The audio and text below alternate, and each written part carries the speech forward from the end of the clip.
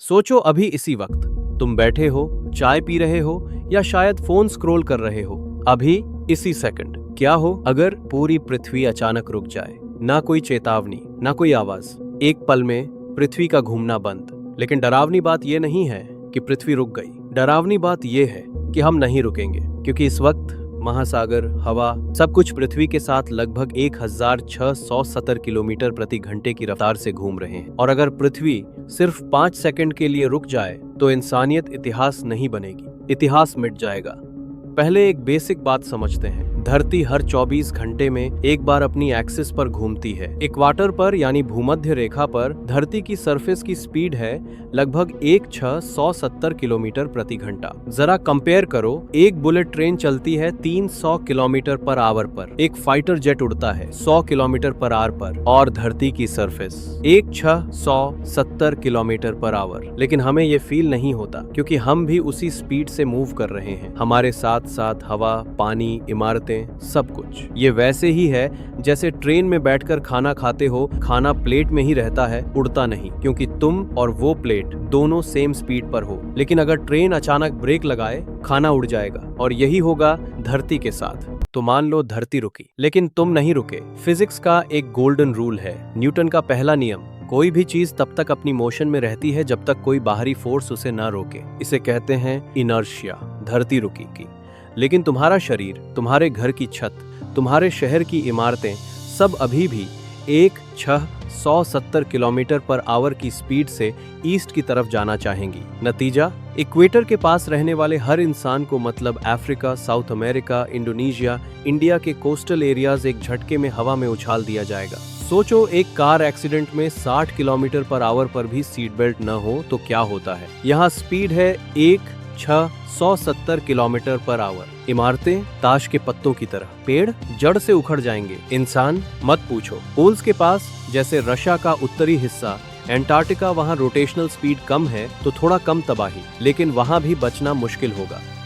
अब बात करते हैं पानी की।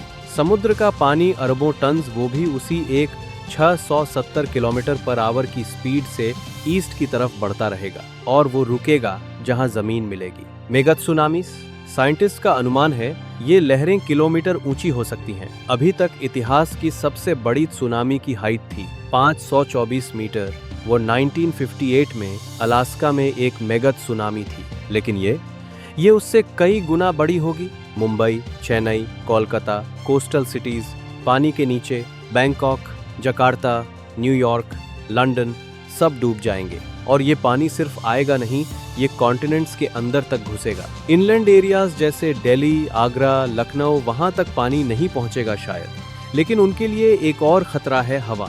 जैसे पानी वैसे हवा। एटमॉस्फेयर यानी हमारी हवा, वो भी अपनी स्पीड पर चलती रहेगी। इक्वाटर पर हवा की स्पीड होगी 1600 किलोमीटर पर आवर से भी ज्यादा। साउंड की स्पीड होती है 1235 किलोमीटर पर आवर। मतलब ये हवाएं सुपरसोनिक होंगी। साउंड बैरियर तोड़ने वाली हवाएं, जो फॉरेस्ट हैं, मिट जाएंगे। जो बिल्डिंग्स बची होंगी पहले झटके के बाद, वो इन हवाओं में धूल बन जाएंगी। और ये हवाएं आग भी लेकर आएंगी। फ्रिक्शन से इतनी हीट जनरेट होगी कि जगह जगह आग लग जाएगी। पोल्स के पास हवाएं थोड़ी कमजोर होंगी, लेकिन वहां भी सेफ नहीं।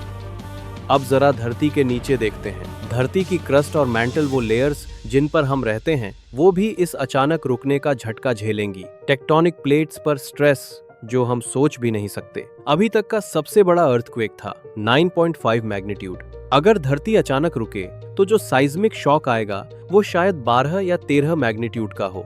और रिक्टर स्केल लॉगरिदमिक है, मतलब हर एक नंबर 10 गुना ज्यादा एनर्जी। हर कॉन्टिनेंट पर फॉल्ट लाइंस फट जाएंगी। वॉल्केनोज जो सालों से सोए हैं जाग जाएंगे।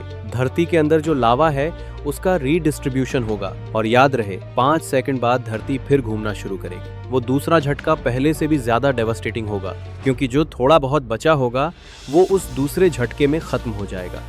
मान लो 5 सेकंड बाद धरती फिर घूमने लगी, तो सब ठीक हो जाएगा? नहीं। कॉरियोलिस इफेक्ट, जो हमारी वेदर सिस्टम्स, ओशन करंट्स और विंड्स को बैलेंस करता है, वो डिसरप्टेड हो जाएगा। मॉनसून पैटर्न्स बदल जाएंगे। जेट स्ट्रीम्स अपनी जगह से हट जाएंगे। ओशन करंट्स जो दुनिया के टेम्परेचर को रेगुलेट करते हैं, वो अस्त व्यस्त हो जाएंगे। मतलब इवन अगर कोई बच गया पहले 5 सेकंड में, तो आने वाले महीनों और सालों में क्लाइमेट इतना एक्सट्रीम हो जाएगा कि सर्वाइवल बेहद मुश्किल होगा। क्रॉप्स नहीं उगेंगे, रेन पैटर्न्स बदल जाएंगे, आइस कैप्स पिघलने लगेंगे। 5 सेकंड की कीमत शायद सदियों तक चुकानी पड़े।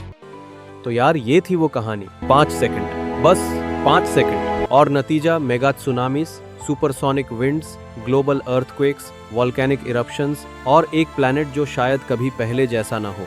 लेकिन ये वीडियो सिर्फ डराने के लिए नहीं है। इसका असली मैसेज ये है, धरती का हर रोटेशन, हर ऑर्बिट, हर तरह की मोशन, ये सब परफेक्टली बैलेंस्ड है। और इसी बैलेंस की वजह से हम जी रहे हैं। हम एक स्पिनिंग स्पेसशिप पर हैं, 1670 किलोमीटर पर आवर पर, और हमें पता भी नहीं ये प्लैनेट कितनी इनक्रेडिबल है ये आज रियलाइज हुआ होगा। तो अगली बार जब तुम सूरज को उगते देखो या समुद्र की लहरें सुनो, एक सेकंड के लिए सोचना, ये सब इसलिए है क्योंकि धरती घूम रही है।